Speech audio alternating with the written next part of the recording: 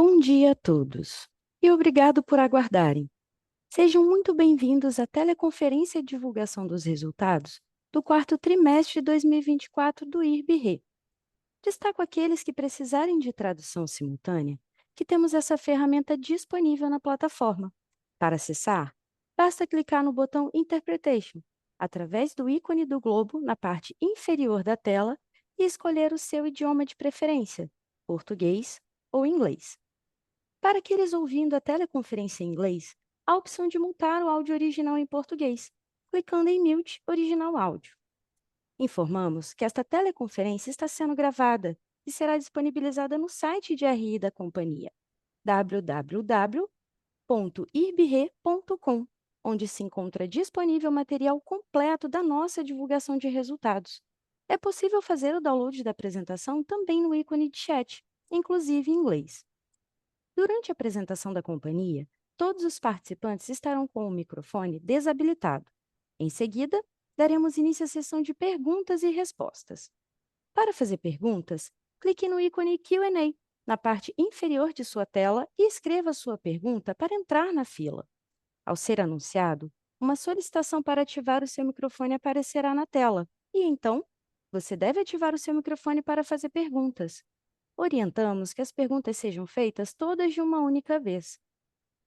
Ressaltamos que as informações contidas nesta apresentação e eventuais declarações que possam ser feitas durante a teleconferência, relativas às perspectivas de negócios, projeções e metas operacionais e financeiras do IBRE, constituem-se em crenças e premissas da administração da companhia, bem como informações atualmente disponíveis.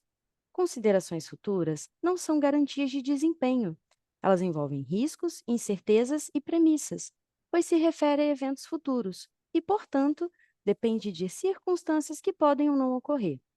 Investidores devem compreender que condições econômicas gerais, condições de mercado e outros fatores operacionais podem afetar o desempenho futuro do IRB-RE e conduzir a resultados que diferem materialmente daqueles expressos em tais considerações futuras. Hoje, contamos com as presenças dos executivos da companhia. Senhor Marcos Falcão, diretor-presidente e diretor de Relações com Investidores da companhia, o senhor Daniel Castilho, vice-presidente de Resseguros, o senhor Paulo Vale, diretor-geral da IRB Asset, a senhora Eduarda Della Rocque, diretora de Controles Internos, Riscos e Conformidade, e a senhora Débora Tavares, superintendente atuarial. Passarei a palavra ao senhor Marcos Falcão, presidente do IRB-RE, que iniciará agora a apresentação. Bom dia a todos. É um privilégio estar aqui com vocês nessa manhã para realizar a nossa videoconferência dos resultados do quarto trimestre de 2024. Falando sobre um ano onde começamos muito animados, enfrentamos um desafio climático muito severo e inesperado e saímos ainda mais fortes do que quando iniciamos o ano. Vou deixar a parte operacional para o Castilho, como sempre, e quero falar sobre o que progredimos em outras áreas da companhia. Uma área onde demos bastante foco em 2024 foi a área atuarial. Por isso, eu convidei a Débora para falar um pouco sobre os avanços em metodologias, em processos e para onde queremos caminhar. Queremos ser uma companhia com práticas iguais às das resseguradoras globais. Além do atuarial, outro ponto em que focamos bastante durante esse ano foi na resolução de assuntos do legado. Atuamos em cima das reservas relacionadas a sinistros anteriores a 2014 para termos um diagnóstico fechado ainda no primeiro semestre de 2025. Todas as iniciativas na direção de termos uma empresa mais simples e mais ágil. Já na área de controle de riscos, tivemos uma enorme evolução, onde agora usamos, além dos indicadores regulatórios e das agências de rating, a referência da metodologia internacional do Solvency II. Desenvolvemos um modelo interno de gestão de riscos que hoje usamos para gerir a companhia e alocar o capital por linhas de negócio. A Duda vai explicar isso mais adiante. Em 2024, realizamos também a venda do terreno da Avenida Beira-Mar, que era vizinho à nossa antiga sede, que gerou um belo resultado patrimonial em setembro. Tivemos um auto de infração de uma subsidiária no exterior relativos aos anos 2018 e 2019, que impactou a nossa despesa administrativa, no resultado financeiro e a despesa de impostos e contribuições no último trimestre. Por outro lado, tivemos uma reversão de um passivo fiscal diferido, também na linha de impostos e contribuições, que é decorrente de uma provisão de imposto a pagar da receita financeira do valor depositado em juízo.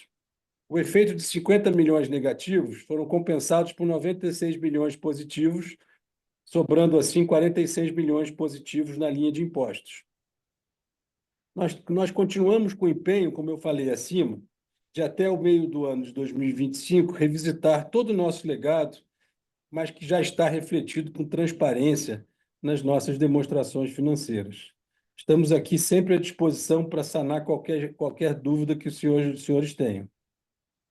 Olhando para frente, estou bastante animado, porque agora na companhia, apesar de termos essas questões do passado, nós falamos bem mais do futuro do que do passado. O Fred, nosso CFO que acabou de chegar, tem como primeiro foco mergulhar na revisão do nosso plano de negócios, trazendo ótimos insights. A partir do próximo trimestre, o Fred que reportará os números da companhia estará disponível para falar com os nossos investidores.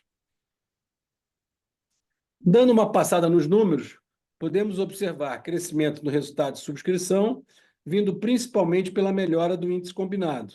Do lado do resultado financeiro, crescemos nossos ativos sob gestão, com resultado financeiro e patrimonial também crescente.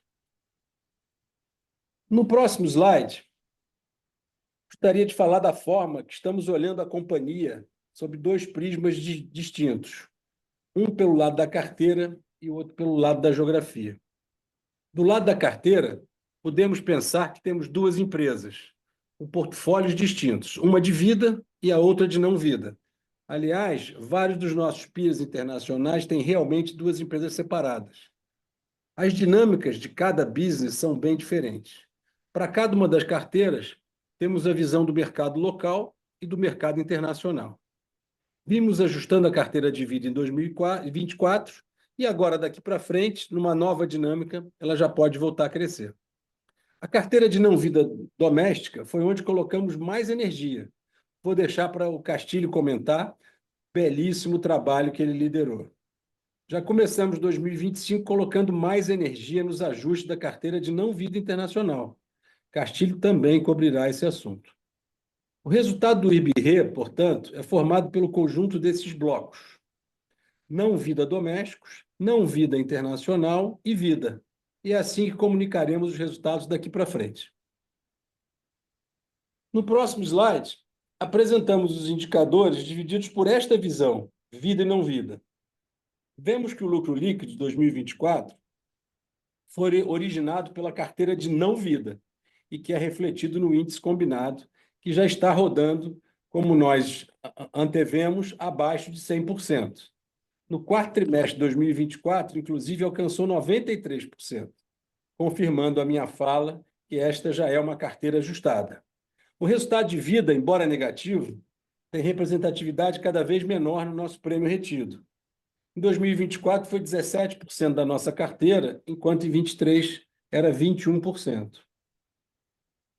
Como já abordei em outros calls, temos o desafio de melhorar o índice de despesas administrativas. Temos uma parte de nossas despesas relacionadas à depreciação e contingências, as despesas não caixa. No gráfico ao lado esquerdo, destacamos os dois impactos: benefício pós-emprego e o mencionado auto de infração. O benefício pós-emprego considera benefícios auferidos pelo IRB aos funcionários admitidos até 1968. Chamamos aqui de pré-68. Os benefícios seguro de vida, auxílio funeral e plano de saúde. Para a cobertura desses benefícios, construímos reservas matemáticas que são reavaliadas e recalculadas trimestralmente de acordo com o regramento da CVM. Em 2023, essas reservas impactaram positivamente a despesa administrativa em 26 bilhões, enquanto em 2024 o efeito foi oposto, com a constituição de reservas de 13 milhões. No total, portanto, o benefício pós-emprego afetou negativamente a despesa em 39 milhões de reais. Além disso, tivemos uma despesa relativa ao auto de infração fiscal no valor de 16 milhões de reais, está destacada como não recorrente. Outro ponto que impactou o índice de DA foi o impacto direto no denominador, com a queda do prêmio ganho em 5% em 2024. Quando olhamos a despesa não caixa pelos trimestres, que é o gráfico de barras à direita, o índice encontra-se estável na faixa de 8,5%. Estamos atacando esse assunto de frente com urgência. Agora, vou passar a palavra para o Castilho para falar sobre a nossa estratégia de resseguros. Daniel. Obrigado, Falcão. Bom dia a todos. É um prazer estar aqui para falar dos resultados do ano de 2024. Neste ano que passou, passamos por um grande evento catastrófico que afetou o mercado segurador e ressegurador no Brasil e no exterior, a inundação decorrente das chuvas do Rio Grande do Sul. No IRB, desempenhamos um papel crucial no relacionamento com nossos clientes. Nesta catástrofe, que começou em maio de 2024, fizemos questão de estar perto de nossos clientes e oferecer o suporte necessário em um momento muito preocupante. De nossa parte, tivemos o mesmo nível de transparência com nossos retrocessionários, que também foram parceiros e ágeis no entendimento desse cenário inédito. Para relembrar a dinâmica do ocorrido, no segundo trimestre fizemos uma provisão para este evento de 257 milhões de reais. No terceiro trimestre, provisionamos 12 milhões de reais adicionais. Já no quarto trimestre, tivemos 3 milhões de sinistros avisados e revertemos, então, os 55 milhões que ainda tínhamos como colchão para estas enchentes. Considero que nesses grandes eventos tiramos sempre lições que devem nos ajudar para eventos futuros. Lição número 1, queremos que o IRB continue sendo o ressegurador mais próximo do cliente. Isso fez toda a diferença no caso da catástrofe e tenho certeza que surtirá efeito nas renovações e novos negócios. Lição número 2, a estratégia de seleção de riscos foi acertada. Pulverização geográfica foi crucial para não termos concentração de sinistros em uma única região. A lição número 3, nosso programa de retrocessão foi fundamental para garantir a estabilidade e previsibilidade de nosso negócio. E lição final, pagar os sinistros de forma rápida e justa, com a devida diligência, traz retorno na hora da renovação dos contratos e de novos negócios. Fechamos, então, o assunto do Rio Grande do Sul, que iniciou e terminou em 2024. No próximo slide, gostaria de falar do perfil de nossa carteira. Nesse trimestre, no lugar de abrir o portfólio em relação ao prêmio emitido, decidimos utilizar o prêmio retido. Apenas para deixar clara a diferença entre prêmio emitido e prêmio retido, o prêmio emitido é o prêmio aceito pelo IRB sem nenhuma dedução. Desse volume do prêmio emitido, cedemos uma parte para um retrocessionário. Quando pegamos o prêmio emitido e tiramos o prêmio retrocedido, ficamos com o prêmio retido, que é realmente o mantido dentro do IRB. Por isso entendemos que esta foto representa melhor nossa realidade. Indo para a distribuição geográfica, continuamos com foco no Brasil, hoje com 71% dos prêmios retidos. América Latina é o mercado onde queremos desenvolver parcerias com cedentes estratégicos e ser relevantes para esses clientes. Nossa estratégia continua a ser de crescimento com rentabilidade. Em 2024, crescemos o prêmio doméstico em 5%, enquanto o internacional se manteve constante. Embora continuemos com foco na América Latina, em 2024 diminuímos nosso volume de prêmios retidos por não encontrar condições adequadas de preço. Já em 2025, nossa estratégia será de concentrar nossos negócios num número menor de clientes. O racional dessa estratégia, de um número menor de clientes numa região que tem exposições catastróficas, é de que poderemos oferecer maiores capacidades a esses clientes escolhidos, mas ao nosso preço. Como escolhemos esses clientes? Serão aqueles onde, 1, entendemos as motivações de compra de seguro, 2, são financeiramente sólidos e 3, têm equipe especializada em subscrição e sinistros. Devemos, em outras palavras, subscrever nossos clientes e a qualidade de seus subscritores. Em termos de linhas de negócio, podemos ver na parte direita do quadro que nossos ramos principais são o patrimonial, rural e riscos especiais. A carteira de vida passou pelo processo de limpeza que está sendo repensada para uma nova estratégia. No próximo slide, verificamos os indicadores na visão dos últimos 12 meses separados entre vida e não vida.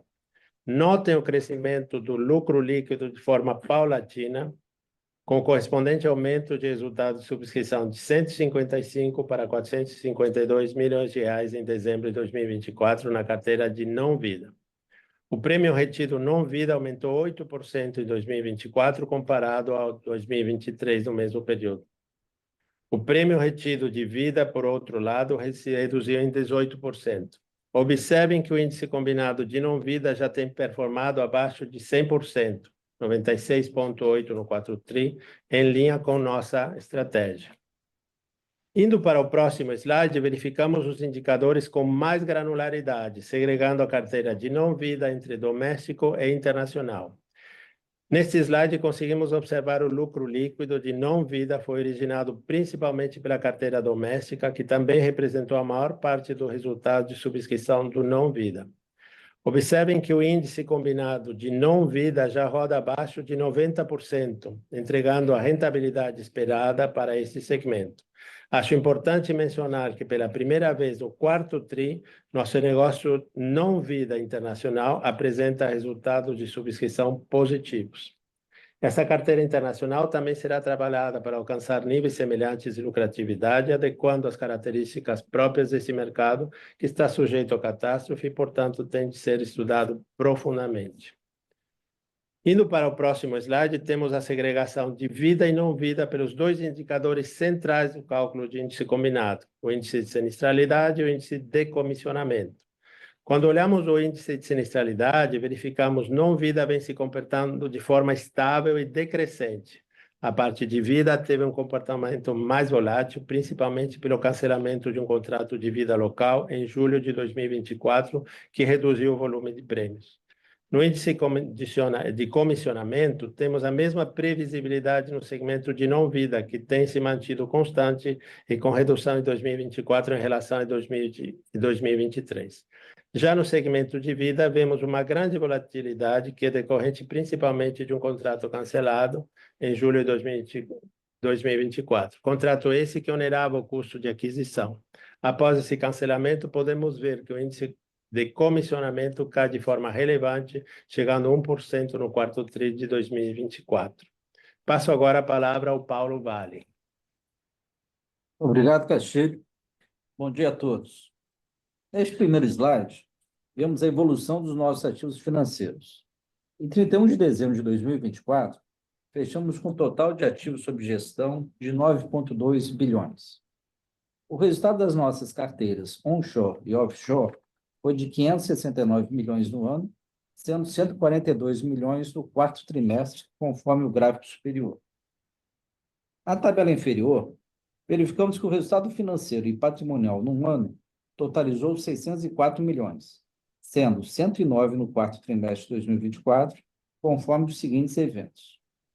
A carteira onshore apresentou um resultado positivo de 443 milhões no ano, sendo 120 milhões no quarto trimestre, decorrente da exposição significativa de 66% da carteira em ativos indexados a Selic e CDI, representados pelos títulos públicos LFT, operações compromissadas e uma parcela de créditos privados indexados a CDI. A carteira offshore apresentou resultado positivo de 126 milhões, sendo 22 milhões no quarto trimestre. Na linha da variação cambial, verificamos o resultado positivo de 34 milhões no ano. Apesar de sempre buscarmos imunizar a carteira da variação cambial, neste ano tivemos momentos de apreciação do dólar.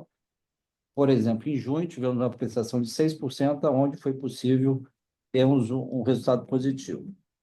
Por fim, tivemos uma despesa financeira não recorrente de 16 milhões no quarto trimestre, referente à atualização monetária do valor a pagar no auto de infração relativo ao recolhimento de imposto de renda pessoa jurídica e CSLL dos anos 2018 e 2019, ligado ao resultado positivo de uma subsidiária no exterior, conforme divulgado na nota explicativa 21.3.8. No próximo slide, mostramos a alocação por ativos e a rentabilidade da nossa carteira de investimentos. 58% dos nossos ativos estão aplicados onshore, no montante de 5,3 bilhões, onde tivemos uma rentabilidade total de 9,9% em 2024, equivalente a 91,4% do CDI. Das nossas aplicações no mercado local, 57% são títulos públicos indexados à taxa Selic, conforme eu falei, LFT e operações compromissadas, que renderam 10,8% ao ano. E 32% são títulos públicos indexados à inflação, NTNB. Destes 32%, 18% chamamos de legado, porque são aplicações realizadas até 2021 com taxas menos atrativas que renderam 7,5% ao ano, abaixo do atual custo de oportunidade. Os demais 14% em inflação têm uma gestão ativa e direcional, realizada de acordo com as oportunidades do mercado e renderam 10% ao ano. Além desses títulos, nós temos 9% em créditos privados, indexados a CDI mais spread, que renderam 11,2%. No gráfico acima à direita, podemos observar a redução da diferença entre a rentabilidade total da carteira onshore, de 9,94%, impactada pelo legado comentado, contra o custo de oportunidade de reinvestimento do CDI, que foi de 10,87% em 2024, dados os vencimentos ou venda de ativos adquiridos até 2021. Já dos 42% offshore, no montante de 3,9 bilhões, aplicados em moeda estrangeira para imunização cambial da carteira, tivemos uma rentabilidade de 4% ao ano, equivalente a 75,4% da taxa do Fed Fund. Do montante total offshore, 35% são aplicados em soberanos americanos e canadenses por questões regulatórias, que nos renderam 3,4% ao ano. 32% são soberanos brasileiros e 25% são títulos privados representados por bônus corporativos brasileiros, time deposits e certificados de depósito em diversas moedas que usamos para imunização cambial e que renderam 6% ao ano em dólar. Dentro dos soberanos brasileiros, há uma parte de legado, correspondente a 14% dos ativos no exterior, que renderam 1,9%, e outra parte ativa, correspondente a 18%, com rendimento de 4,2%. No gráfico abaixo à direita, apresentamos a ilustração da nossa alocação por ativos. No próximo slide, apenas damos o disclosure da nossa aplicativa 6.1 para vocês poderem encontrar como estão contabilizando as nossas aplicações financeiras. Cabe lembrar que a norma estipula 3 classificações de ativos, que são aqueles mensurados ao valor justo através do resultado, VJR, os avaliados pelo valor justo por meio de outros resultados abrangentes, que é VJORA, e os mensurados ao custo amortizado, CA. Na nota, é possível observar se há discrepância entre o custo e o valor justo de um determinado ativo. Agora vou passar a palavra para a diretora Duda Larroque, que vai explanar sobre a gestão de riscos. Obrigada, Paulo. Bom dia a todos. Neste primeiro slide, vamos falar do nosso indicador de solvência regulatória, que vem crescendo continuamente. A suficiência do patrimônio líquido ajustado em relação ao capital mínimo requerido, que era apenas de 18 milhões no final de 2022, é hoje de 894 milhões, conforme o gráfico superior esquerdo, o que significa uma suficiência de 183%, um aumento de 37 pontos percentuais em relação ao quarto trimestre de 2023. O resultado se deve à combinação de 2 fatores que vemos no gráfico superior à direita, tanto ao aumento substancial do nosso patrimônio líquido ajustado, quanto também a uma queda do capital mínimo requerido de um ano para cá, devido principalmente à melhoria da qualidade da nossa subscrição. Já no próximo slide, vamos olhar o segundo indicador regulatório, que avalia, de acordo com a SUSEP, a liquidez da nossa carteira, segundo o montante de ativos qualificados como garantidores para fazer frente aos nossos compromissos atuariais. o indicador de cobertura de provisões técnicas encerrou 2024 com suficiência de 802 milhões, equivalente a 12,1% da necessidade de cobertura, 5,5 pontos percentuais acima do indicador do quarto trimestre de 2023. Além do monitoramento da cobertura de provisões técnicas, a companhia realiza semanalmente uma reunião para a gestão do nosso ALM dinâmico, para fazer a gestão da liquidez e do hedge cambial da companhia. Nesse slide, apresento nossos ratings, segundo as agências internacionais de crédito. Refletindo a melhoria da nossa performance operacional e nossos indicadores de solvência e liquidez, no ano passado, tanto a AM Best quanto a Standard & Poor's revisaram a nossa perspectiva de negativa para estável. No próximo slide, gostaria de contar um pouco sobre o nosso modelo interno de gestão de riscos. Calculamos 4 tipos de modelos de capital. O regulatório da SUSEP, como já mostrei, os das agências de rating, o nosso modelo interno e o da União Europeia, conhecido como Solvency II. Sendo assim, já estamos, de certa forma, adequados à resolução SUSEP 471, pois desde 2023 temos nosso apetite de riscos mensalmente monitorado pelo Comitê de Riscos da companhia. Mensuramos riscos de subscrição, crédito, mercado, de catástrofe, estratégicos, operacionais, de liquidez jurídicos. Estamos começando a mensurar os riscos ASG, cibernéticos, de concentração, contágio, reputação e nos adequando progressivamente também às regras da União Europeia. Usamos nossos modelos de risco também para decisões de alocação de capital, como o projeto com o qual se calculou o TCR, Target Combined Ratios, metas de índice combinado por linha de negócio. A partir dele, definimos metas de valor adicionado para cada área de resultado da companhia. Outra área pela qual tenho o prazer de ser responsável é a de sustentabilidade, conhecida pela sigla ASG.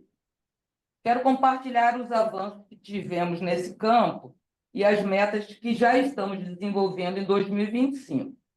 Para começar, por conta da resolução CVM 193, teremos que publicar relatórios IFRS S1 e S2 com a materialidade financeira dos nossos riscos ASG, obrigatoriamente a partir de 2027, mas queremos fazê-lo já a partir do ano que vem.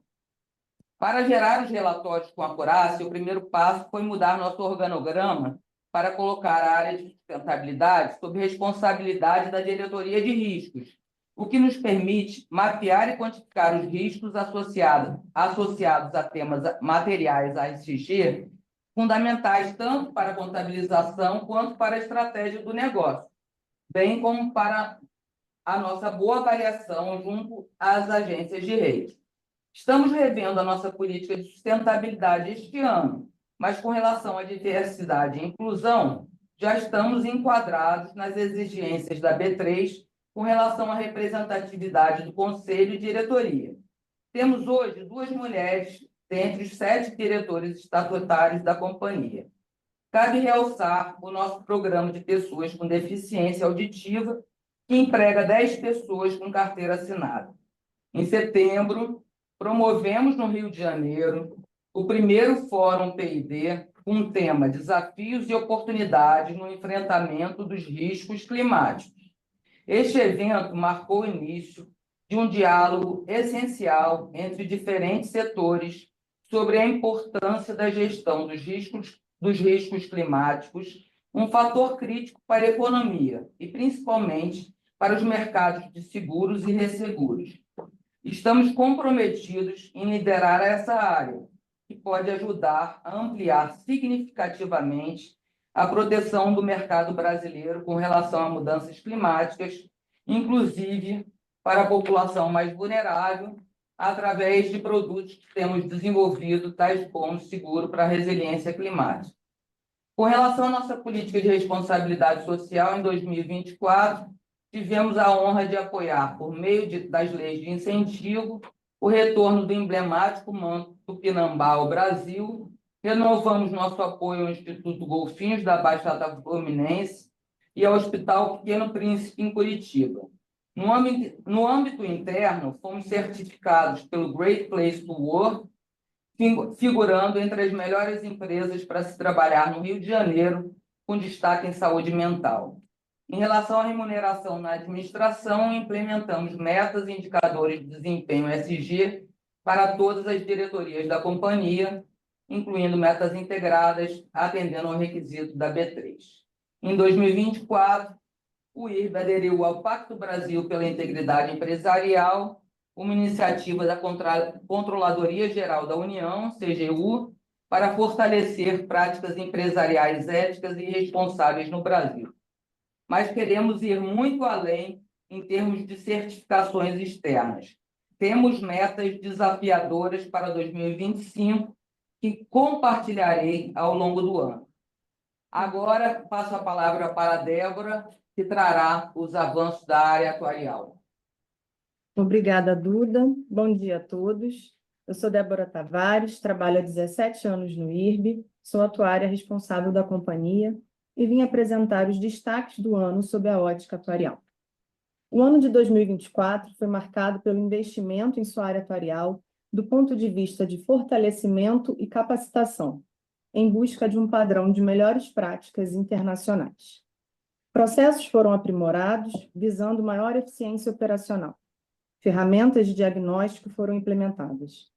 Todo esse processo foi conduzido com o objetivo final de garantir cada vez mais a robustez das provisões técnicas da companhia. E os resultados apresentados nos indicam que seguimos no caminho certo. Agora, volto a palavra para o nosso CEO, Marcos Falcão. Obrigado, Débora. Como já reportado, nesse próximo slide, vocês podem ver que nós cancelamos as ações em tesouraria, que, embora não tenha impacto no nosso resultado, impacta o montante dos prejuízos acumulados, ou aumentando em 284 milhões.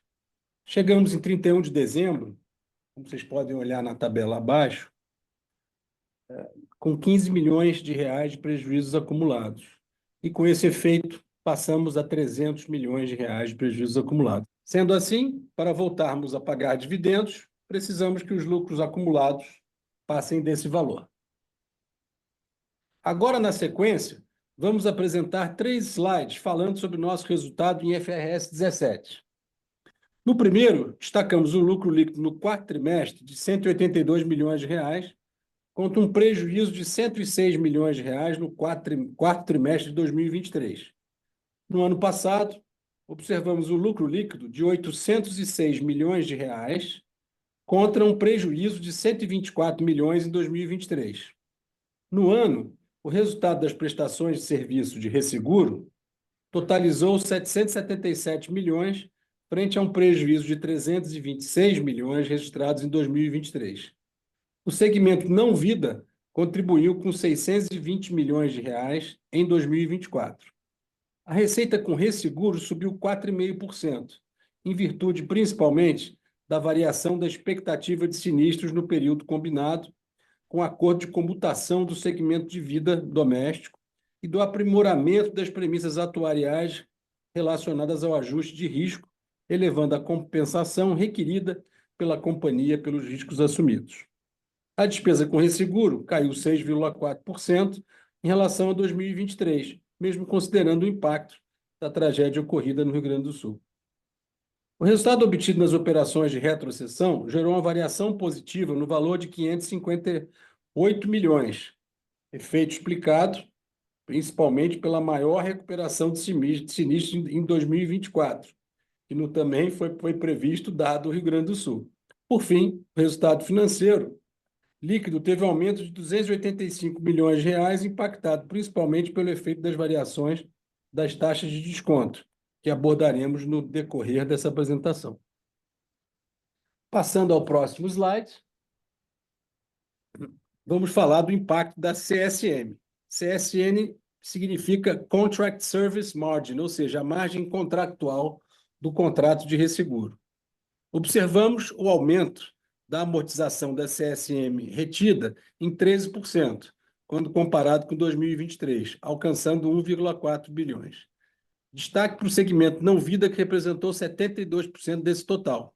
Como já comentamos em outros momentos, a amortização da CSM representa o reconhecimento da margem contratual de resseguros de acordo com a prestação de serviços e é o principal componente da receita de resseguro. Já no próximo slide, demonstramos um componente particular do IFRS 17, que se destacou nesse ano, que é o efeito das taxas de desconto ocorridas no período. Observamos uma despesa de 130 milhões quando consideramos de forma retida, uma redução de 72% em relação ao ano anterior. Essa variação ocorre em função do aumento das taxas de desconto no período, principalmente nos contratos realizados em real e dólar, gerando uma receita retida maior no ano quando comparamos com 2023. Aos poucos, nós vamos nos acostumando com as metodologias do IFRS 17. Agora, passo a palavra para o Castilho para as considerações finais dele. Obrigado, Falcão. Gostaria de aproveitar a oportunidade para falar sobre 2025, a renovação de nossos negócios e eventos ocorridos em 2025. As renovações de 1º de janeiro deste ano correspondem aproximadamente a 40% do prêmio total do ano. Lembro que temos renovações de contratos e facultativos. Os contratos, que chamamos de treaties, são contratos de uma carteira de negócios, ou seja, de vários riscos individuais. Já os facultativos são participações em riscos individuais e não uma carteira de negócios. Para os contratos ou treaties, a data de 1º de janeiro representa um momento de concentração de 40% das renovações, enquanto para facultativos, as renovações ocorrem ao longo do ano. Desses contratos automáticos, conseguimos renovar 92% deles, registrando uma redução de 2 pontos percentuais no índice combinado, precificado, o que quer dizer que temos uma carteira ainda melhor. Ressaltamos que a participação em contratos relevantes foi mantida, com uma estimativa de prêmio subscrito que chamamos de EPI, ou Estimated Premium Income, em crescimento. Observamos nesta renovação que o mercado permanece em hard market, mas já se observa uma estabilização e uma leve redução nas taxas em alguns ramos de negócios. Acho importante também falar sobre importantes sinistros ocorridos. O incêndio na Califórnia tem sido destaque na imprensa e no mundo de seguros e resseguros. Apenas para ilustrar, as estimativas mais recentes nos indicam que prejuízos econômicos podem chegar a 150 bilhões de dólares, valores que incluem danos à propriedade, perdas de empregos, danos a infraestruturas e interrupções na cadeia de suprimentos. As seguradoras estimam perdas cobertas à ordem de 20 bilhões de dólares. Mais uma vez, uma pequena parte destas perdas econômicas encontra o amparo de seguro e resseguro, mostrando que o gap de proteção existe até nos países mais desenvolvidos. Dentro do princípio da repartição de riscos, nossa análise de modelagem nos indica que podemos ter um sinistro de até 10 milhões de dólares. É importante mencionar que até o momento não recebemos qualquer aviso de sinistro. Caso a perda se agrave, contamos então com o nosso programa de retrocessão. Volto a palavra ao Falcão. Obrigado, Daniel. Gente, chegamos assim ao fim do nosso call de resultados e acho que nós entramos na companhia, Daniel e eu, no fim de 2022. E a gente entrou aqui com a missão de fazer o turnaround. O que a gente declara agora, tenho certeza que ele concorda comigo, que o turnaround chegou ao fim. E que agora, reportando 2024, a gente começa, como eu disse antes, a olhar mais para frente que para trás. Como mostramos com tudo dito aqui, nós chegamos em 2025 com mais capital disponível para subscrição e com melhores avaliações pelas agências de rating. Chegamos aqui com não vida doméstico e velocidade de cruzeiro, o não vida internacional com nosso entendimento do que temos que atacar. A nossa carteira de vida saneada e pronta para iniciarmos o planejamento da retomada, que será feita com calma e pé no chão. Sentimos no dia a dia nosso time cada vez mais forte, capaz, preparado e integrado. Estamos animados para entregarmos esse ano mais um importante crescimento de lucros e ainda melhor, com a expectativa de voltarmos a pagar dividendos. Agora, estamos abertos para as perguntas. Muito obrigado. Agora, começaremos a sessão de perguntas e respostas. Lembrando que para fazer perguntas, vocês devem clicar no ícone Q&A na parte inferior da tela para entrar na fila. Ao ser anunciado, uma solicitação para ativar o seu microfone aparecerá na tela e, então, você deve ativar o seu microfone para fazer perguntas. Solicitamos, por gentileza, que as perguntas sejam feitas todas de uma única vez. Vamos à nossa primeira pergunta. É do senhor Arnon Shirazi, do Citi. Arnon, iremos habilitar o áudio para que você possa realizar a sua pergunta. Arnon, pode prosseguir, por favor? Fala pessoal, bom dia, parabéns pelos resultados, parabéns também pelo processo de turnaround. Minha pergunta é referente ao crescimento de prêmios em 2025, né? Vocês acabaram de comentar que grande parte aí das renovações já foram feitas no mês de janeiro, e agora olhando para o restante do ano, como está a cabeça de vocês em relação ao crescimento versus 2024, e se também vai continuar a tendência atual, ainda muito mais focado na parte do Brasil até mesmo, e também se esse crescimento deve ser mais da parte de não vida. Obrigado e parabéns mais uma vez. Bom dia, Arnon. É o Daniel aqui falando, tudo bem? Você pode perceber que no slide eu falei que nós renovamos 92% a nossa taxa de renovação de 1º de janeiro foi de 92% dos contratos que nós tínhamos, com inclusive melhor índice combinado esperado. Nessa mesma renovação, além de renovar esses contratos, tivemos clientes novos e tivemos novos contratos. Para 2025, pretendemos acelerar o nosso crescimento da América Latina, visando sempre rentabilidade, tá? Nosso foco é rentabilidade ajustada ao risco que a gente está assumindo. Então, a renovação da América Latina é em 1º de abril e depois 1º de julho. Então, estamos agora com toda a nossa equipe aqui, concentrada no desenvolvimento desses negócios. Não, Falcão aqui. Não espera assim um crescimento de prêmio substancial, porque a nossa foco aqui continua sendo a rentabilidade dos negócios ajustada a risco. Então a gente vai sempre focar e fazer as coisas no preço técnico e com isso não tem um crescimento robusto. A gente vai crescendo devagar. Acho que single digit é sempre bem-vindo. E a gente ex ante prevê crescimento, a gente tem que ver ex post o que acontece. Respondemos? Justíssimo, muito obrigado. Obrigado a você. Vamos à nossa próxima pergunta. É do Caio da Prato, do UBS. Caio, iremos habilitar o áudio para que você possa realizar a sua pergunta. Caio, pode prosseguir, por favor? Bom dia, Falcão Castilho, a todos. Obrigado pela oportunidade de fazer pergunta. Eu tenho duas aqui do meu lado, por favor.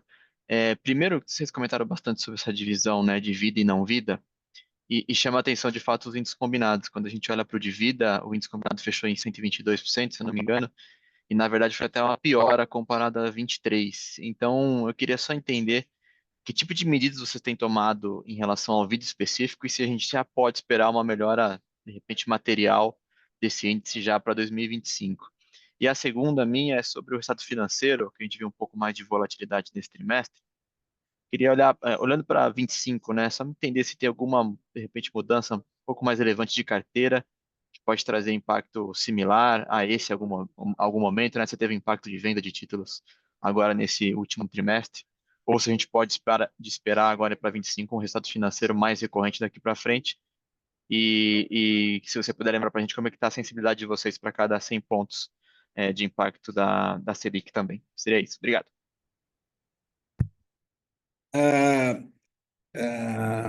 Caio, tudo bem? Obrigado aí pelas perguntas. Primeiro, sinistralidade. Qual foi a primeira? O Vida, né? O Vida. Isso, desculpa. O Vida e não Vida, Caio. O Vida e não Vida é o seguinte: primeiro, o prêmio de vida residual na carteira é muito pequeno em termos de linha de negócio. Então, o índice combinado tão ruim quanto a gente reportou não afeta tanto o nosso resultado assim. E a gente agora, o que a gente fez foi esse índice combinado reflete o saneamento da carteira. Então, o que você está querendo nesse momento é tirar os contratos ruins, custe o que custar, guardar o prêmio saudável que tem e aí sim crescer em bases sólidas, né? Então, isso foi um processo que a gente veio contando o que estava fazendo, então acho que não foi surpresa para vocês.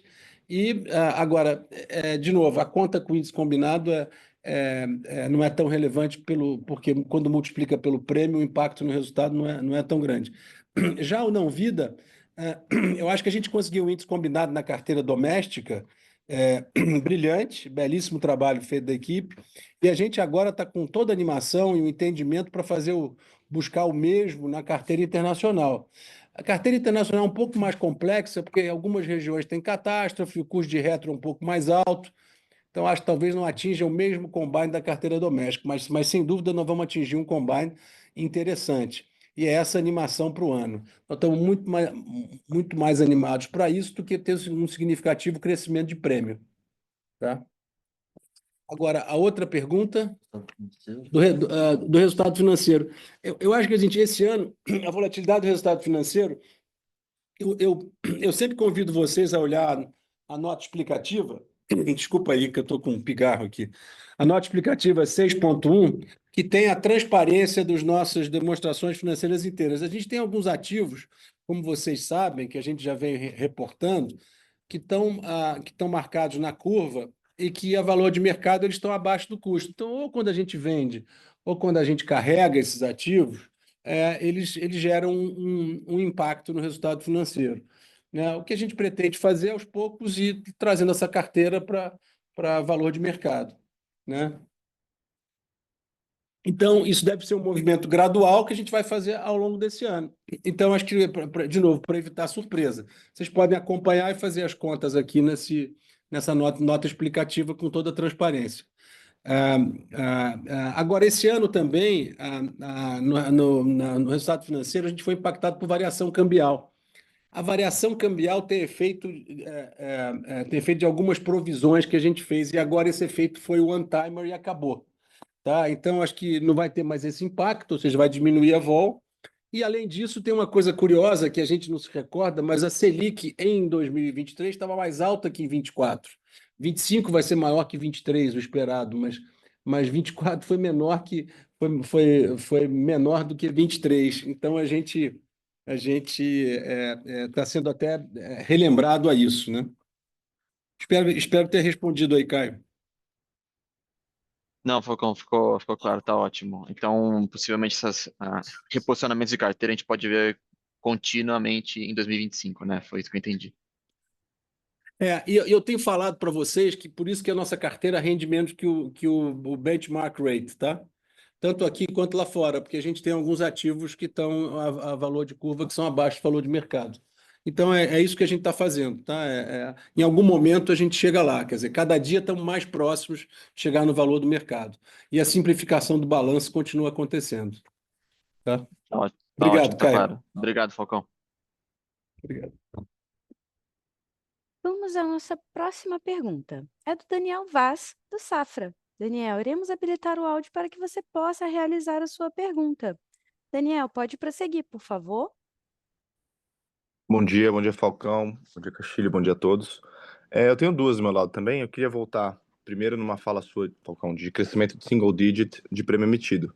Né, ali, quando a gente olha para a sua suficiência de capital, talvez é o maior espaço para reter mais risco. Né? O que eu quero entender aqui é, se você emite um prêmio single digit, se você tem mais espaço para reduzir a retro e o teu prêmio retido crescer além disso. Essa é a primeira pergunta. E a segunda, eu estou pensando nos dividendos que vocês comentaram aqui no call. A partir, parece que do terceiro tri, você deveria reverter, né, o prejuízo acumulado que você tem ali de 300 milhões. Vocês já tomaram alguma decisão ou estão estudando essa decisão quanto a distribuir o mínimo, distribuir um X, distribuir JCP ou dividendo? acho que a gente teve uma discussão recentemente que o JCP ele reduz a sua base tributável, né? E aí não seria interessante para o crédito tributário. Se você puder, né, falar um pouquinho disso também, seria útil para a gente. Obrigado. Daniel, obrigado aí pela tua pergunta. A primeira pergunta você perguntou, mas respondeu, então acho que eu posso pular, né? Eu acho que é isso mesmo. O capital, a gente chegou com maior capital, a gente pretende usar esse capital de duas formas. Primeiro, oferecendo mais capacidade para clientes escolhidos, cherry-picked na América Latina. E em seguida também nós estamos estudando, e já estamos fazendo isso desde o ano passado, como é que a gente retém mais risco aqui e compra menos retro, principalmente nas faixas de mais probabilidade de ocorrência de eventos. Né? Isso aí tem um estudo aqui profundo e a gente está amadurecendo isso, a gente vai implementando isso aos poucos e vai reportando a vocês. Então, acho que o que você perguntou é justamente isso, a tua suspeita está perfeita. E também no caso da JCP, assim que a gente estiver próximo de acabar com esse prejuízo acumulado, a gente vai levar ao Conselho a discussão da JCP, que obviamente é um instrumento fiscalmente mais agradável do que o dividendo, né, para a companhia e para os acionistas. Então, isso vai tá sendo considerado. Tá? Ótimo ponto. A gente tem aí no Estatuto da Companhia a política de distribuir 25% de dividendos. E aí sim, o Conselho de Administração, o que a gente mostrar que consegue usar o capital, a gente vai ter uma discussão aberta sobre isso e racional, buscando fazer sempre o melhor para o acionista. Tá? Obrigado, Daniel. Obrigado, pessoal. A nossa próxima pergunta é do Eduardo Nicho, da Genial Investimentos. Eduardo, iremos habilitar o áudio para que você possa realizar a sua pergunta. Eduardo, pode prosseguir, por favor. Bom dia a todos, bom dia Falcão, aos demais participantes. Eu tenho duas perguntas também. A primeira em relação ao índice de sinistralidade, vocês tiveram um belo desempenho esse ano, né? Foram para 64% de índice, uma bela evolução em relação ao ano passado, a 2023, na verdade, e mesmo com o Rio Grande do Sul, enfim, alguns impactos aí, mas o que ajudou bastante foi o agro, né? Eu queria saber de vocês a perspectiva para 2025, desse índice, dá para melhorar ainda mais, dos 64%. Vocês ainda devem ter algumas provisões ainda do Rio Grande do Sul. Eu não sei se vocês reverteram nesse trimestre, se pudesse falar um pouquinho desse resquício ainda que resta, que pode ser um impacto positivo em 2025. E a minha segunda pergunta é em relação às despesas administrativas e gerais, que subiram bastante nesse trimestre, né?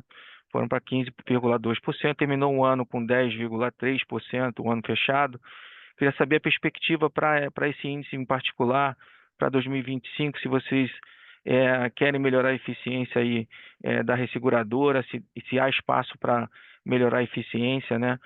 E o que foram os itens não recorrentes do trimestre e os índices sazonais desse trimestre que impactaram esse índice aí de 15,2%. Muito obrigado. Eduardo, Daniel Castilho, eu vou responder a primeira parte da sua pergunta. Quanto ao Rio Grande do Sul, está encerrado, tá?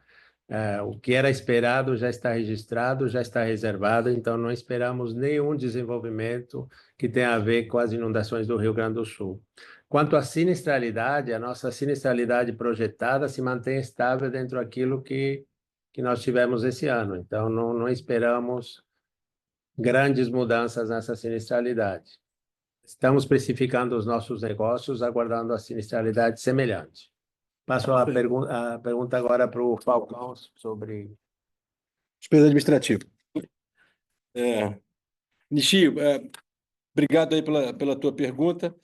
Primeiro é o seguinte, obviamente esse índice, esse ratio de despesa administrativa sobre prêmio nos incomoda muito, né? Como é óbvio, a gente pode crescer prêmio, se a gente conseguir crescer prêmio, isso ajuda. A gente parece ter uma empresa mais cara do que a gente deveria para o tamanho da companhia de hoje. Então, acho que o nosso desafio, e temos mais capital do que a gente precisa para esse tamanho de operação também.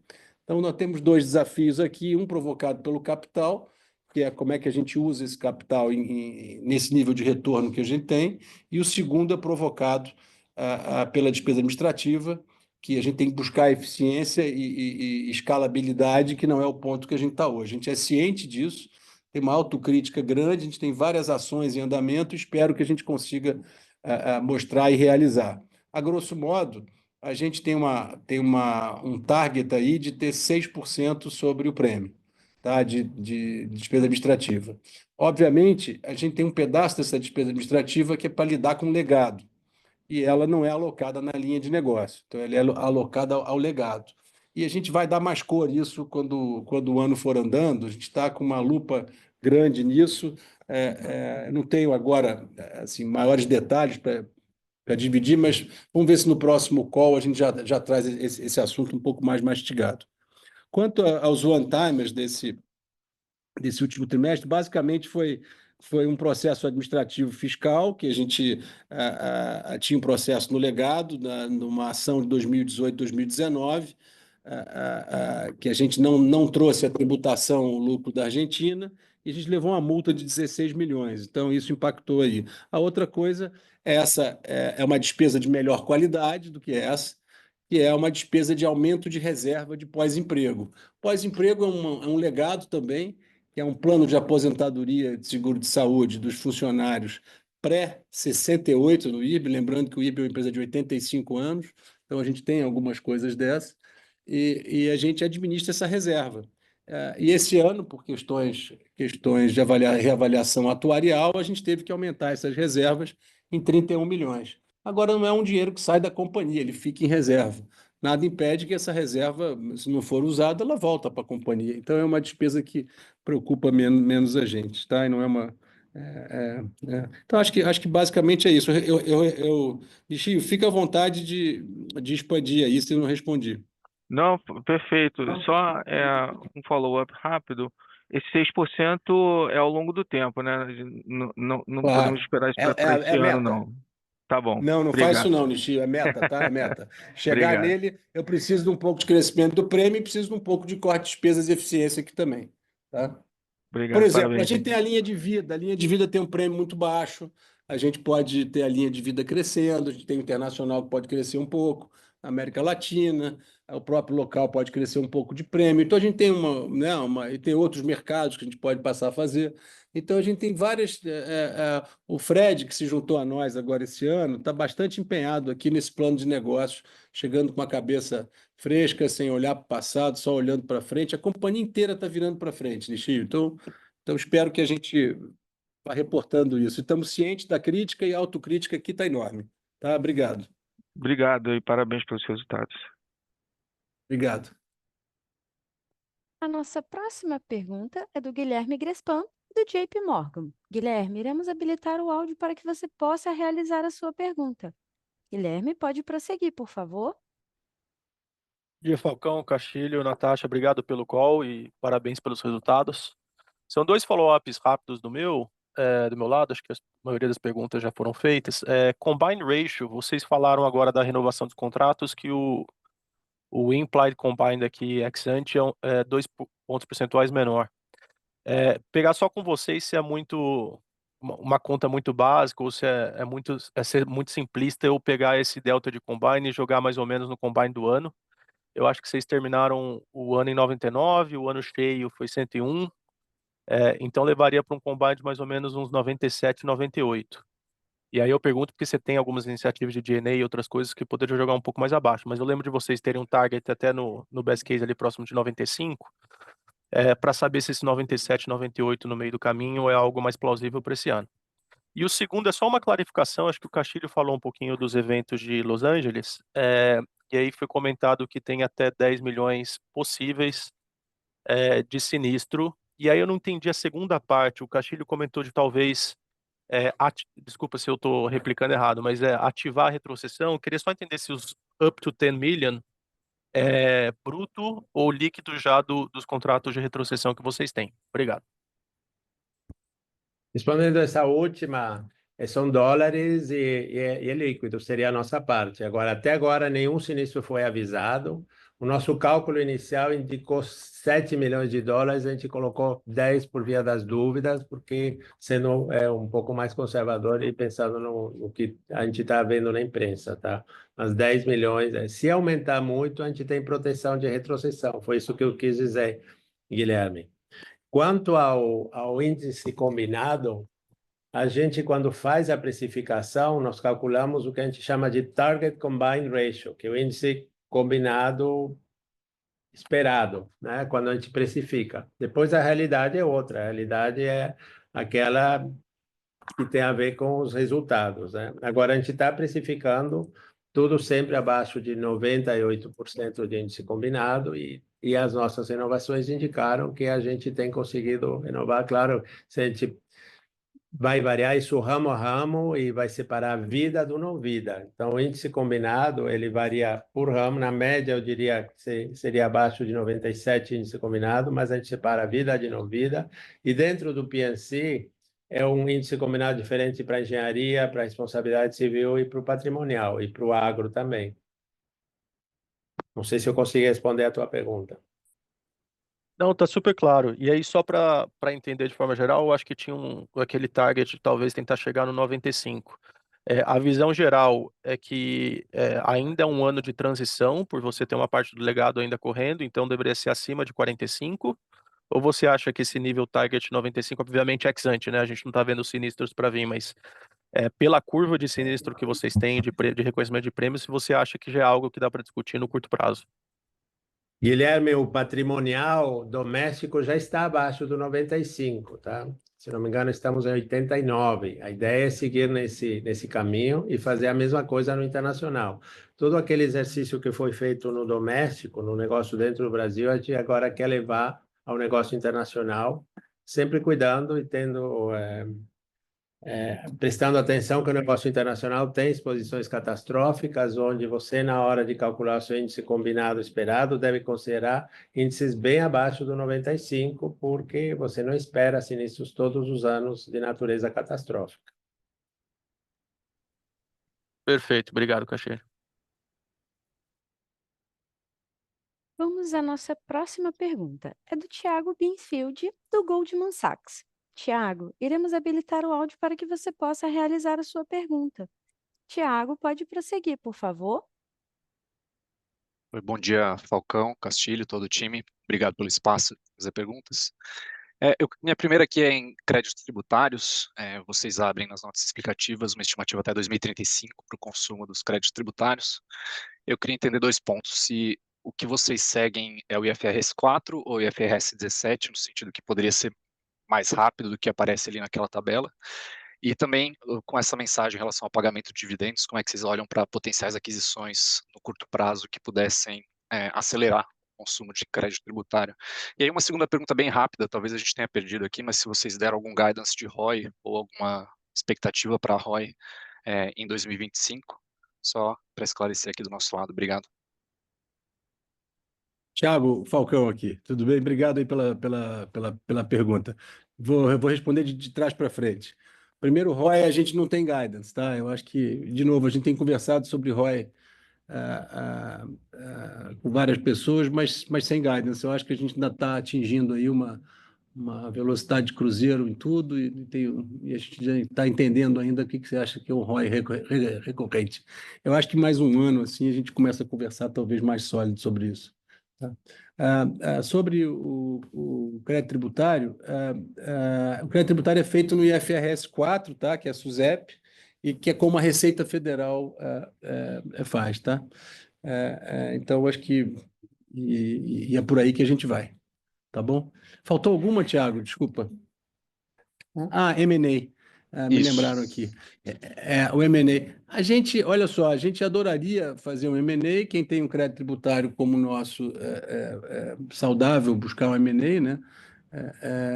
Mas não é fácil, não tem assim alguma coisa que seja um alvo claro que seja rentável. Então, se tiver alguma ideia, por favor, divida com a gente.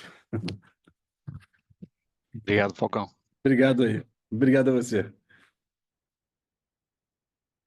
A sessão de perguntas e respostas está encerrada. E agora gostaríamos de passar a palavra à companhia para as considerações finais. Bom, gente, é prazer aqui encerrar mais um call desse. Tem só um item que eu queria esclarecer, que tem algumas perguntas aqui que chegaram de vários investidores por mensagem. E só para deixar bastante claro, aliás, estava na pergunta do Tiago também, a questão do IFRS 4 e IFRS 17. O IFRS 17 é o padrão contábil utilizado pela CVM, a gente reporta a CVM, o nosso regulador é a SUSEP. Nossos padrões prudenciais são feitos pelo IFRS 4, a Receita Federal é pelo IFRS 4, e a gente reporta os nossos números e administra a companhia pelo IFRS 4 e vai continuar reportando pelo IFRS 17, atendendo a CVM e aprendendo com as duas metodologias, né? Todas elas têm as suas forças e fraquezas e é super interessante comparar as duas. Aumenta um pouquinho o nosso custo administrativo, mas a gente tem aprendido bastante com elas e nós vamos continuar assim. Então, com isso, eu agradeço a todos, agradeço as perguntas, o qual hoje foi mais longo. Espero que a gente tenha um ano 2025 dentro das expectativas de todo mundo. A gente garante muito trabalho, muita dedicação e para entregar um crescimento de lucro esse ano e se Deus quiser, começar a discutir JCP e dividendo em breve, né? Vamos trabalhar duro para isso. Obrigado a todos e um bom carnaval. A teleconferência de resultados referente ao quarto trimestre de 2024 do IRB-RE está encerrada. O Departamento de Relações com Investidores está à disposição para responder as demais dúvidas e questões. Muito obrigada aos participantes e tenham uma boa tarde.